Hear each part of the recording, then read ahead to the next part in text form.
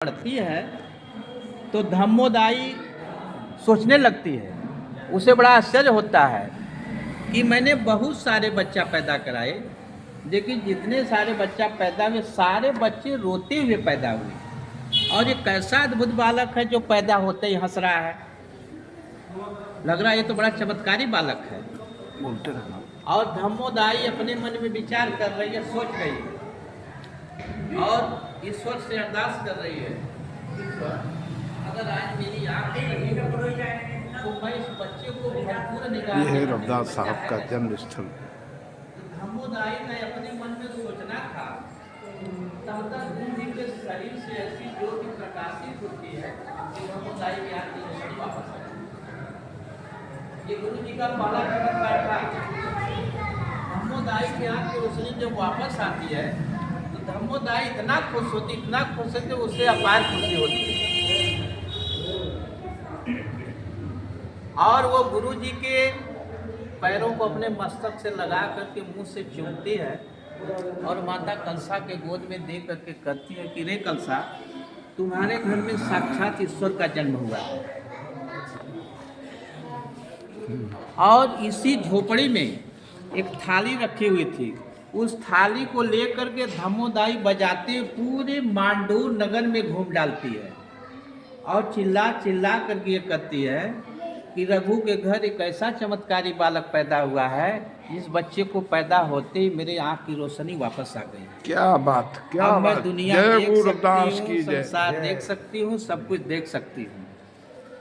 जब मांडूर नगर की औरतें ये बात सुनती हैं तो उन्हें बड़ा ताज्जुब होता है कि ये दाई बूढ़ी माँ अंधी थी और इसे वृद्धावस्था में दिखाई देने लगा, कैसा चमत्कारी बालक है।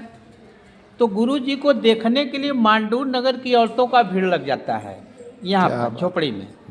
जब मांडूर नगर की औरतें यहाँ आती हैं, देखती हैं गुरु जी माता कलसा के गोद में खेल रहे हैं, हंस रहे हैं, उन्हें भी बड़ा ताज्जुब हुआ, भाई ये तो बड़े आश्चर्य की बात है। सारे बच्चे पैदा होते हैं तो रोते हैं, और एक ऐसा चमत्कारी बालक है जो पैदा होते ही हंस रहा खेल रहा है। बहुत अच्छे। मांडूर नगर की औरतें बात करती हैं और अपने अपने घर को वापस जाती हैं, और गुरु जी का पालन पोषण इसी कुटिया में माता कलसा के द्वारा शुरू हो जाता है। गुरु जी धीरे धीरे थोड़ा बड़े होते हैं, जानकार होते हैं। जब गुरु जी थोड़ा जानकार हो जाते हैं तो गुरु जी का मन इतना ईश्वर भक्ति में लग जाता है कि गुरु जी को बाहरी चीज़ों से कोई मतलब नहीं रहता है। तब माता कलसा और रघु जी परेशान हो गए, मेरा एक ही तो बेटा, कहीं ऐसा न हो कि ये साधु सन्यासी हो जाए तो मेरा आगे वंश कैसे चलेगा। इस चीज़ को सोच करके रघु जी परेशान हो गए। तो रघु जी ने गुरु जी की बहुत कम उम्र में शादी कर दी। जैसे पहले शादी छोटेपन में होती भी थी, तो बहुत कम उम्र में शादी कर दी। अब शादी के बाद जैसे गौना तो आप लोग समझ ही रहे हैं जी। गौना रोक दिया। गौना 5 साल 7 साल के बाद जब गौना आया तो गौना आने के बाद भी गुरु जी का मन जो है ईश्वर भक्ति से हटा नहीं। फिर रघु जी परेशान हो गए कि मैंने जिस सूरत में शादी किया इनका घर भी बस जाएगा और गुरु भक्ति भी करते रहेंगे, लेकिन ईश्वर भक्ति में ही लीन है। तो रघु जी ने गुरु जी को और माता लोना को अपने से अलग कर दिया इसी झोपड़ी में, कि आप लोग अलग रहो, कमाओ, खाओ और ईश्वर भजन करो। जब अलग हो गए तब गुरु जी को चिंता हुई कि पहले तो मैं अकेले था, अब 2 हो गया, कमाऊंगा नहीं तो खाऊंगा क्या। तब काम करने की तलाश में निकल गए तो पहुंचते हैं सीर गोवर्धन। सीर गोवर्धन में आप लोग नहीं गए होंगे जी। कि गए हैं? नहीं गए ना, बड़े मंदिर। तो वहाँ पर एक इमली का पेड़ है। अच्छा। उसी इमली के पेड़ के नीचे बैठ करके ये अपना पैतृक काम, जूता काटने का काम शुरू कर देते हैं। अब देखिए यहाँ पर थोड़ा सा असमंजस की स्थिति ये हो जाती है जी। कि जन्म स्थान वहाँ भी लिखा हुआ सीर गोवर्धन, बैठ जाओ जन्म स्थान यहाँ। तब आप सोचेंगे कि सही जन्म स्थान हम समझे कहाँ? मांडूर नगर समझे या सिर गोवर्धन में समझे? तो गुरुजी ने उस समय अपने वाणियों में खुद वर्णन किया है, और जैसा कि ग्रंथों में भी जिक्र है, उन्होंने कहा कि काशी डिग मांडूर स्थाना शूद्र बनन करत गुजराना। क्या बात है। मांडूर नगर लीन अवतारा रविदास शुभ नाम हमारा। ये गुरु जी की वाणी है और ग्रंथों में भी है। हाँ, तो उन्होंने कहा कि मांडूर नगर में मैंने जन्म लिया और मेरा नाम रविदास पड़ा, और वो उनकी कर्म स्थली है, जो सिर गोवर्धन है उनकी कर्म स्थली है, जन्म स्थली है। अच्छा, अब उसमें ये है कि आप ये सोचेंगे कि क्या गुरु जी को मांडूर नगर में ऐसी जगह नहीं मिली कि इतना दूर जो है दुकान करने लगे? तो वो जो इमली का पेड़ जहाँ पर गुरु जी जूता काटने का काम करते थे, पहले घाट वहाँ तक हुआ ही करता था, और आज भी गंगा जी साल में एक बार इमली के पेड़ के पास तक गुरु जी का चरण स्पर्श करने के लिए आती है।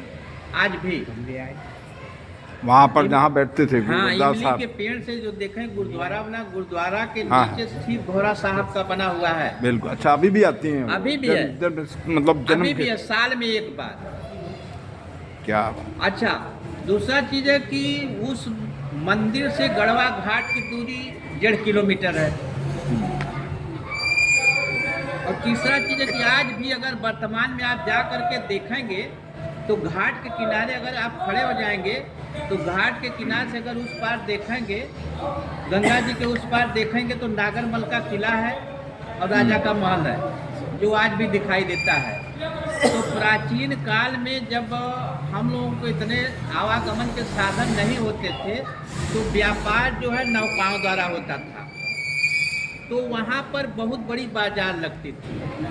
अब बाजार देखिए वहीं लगेगी जहाँ बनाने जाने का साधन हो, लोग आसानी से बाजार में जाए, सामान खरीदें, अपने अपने घर को वापस आए।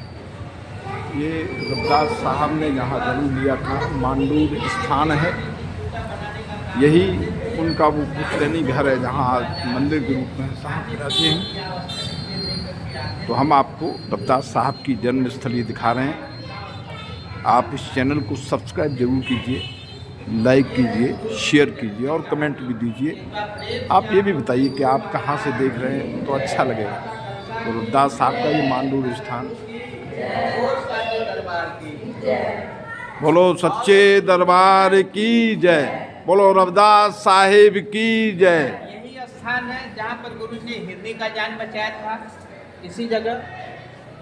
और गुरु जी का पहला शिष्य वही सामने है, हीरू शिकारी के नाम से जाना जाता था, जो आज उसका नाम डी हरिदास पड़ गया है। सारे देश विदेश सारे जगह लोग आकर के दर्शन करते हैं, निहाल हो जाते हैं। बोलो संत गुरु रविदास साहिब की जय। हमने आपको रविदास साहब का ये जन्म स्थान और उनके बारे में कुछ बतलाने का प्रयास किया। क्या चीज? आप लोग इसको सुनिएगा और सतगुरु रविदास साहब की कृपा प्राप्त कीजिएगा। बोलो सतगुरु साहिब की जय। चैनल को सब्सक्राइब कीजिए, लाइक कीजिए और शेयर कीजिए, कमेंट भी दीजिए। धन्यवाद। मेला लगता है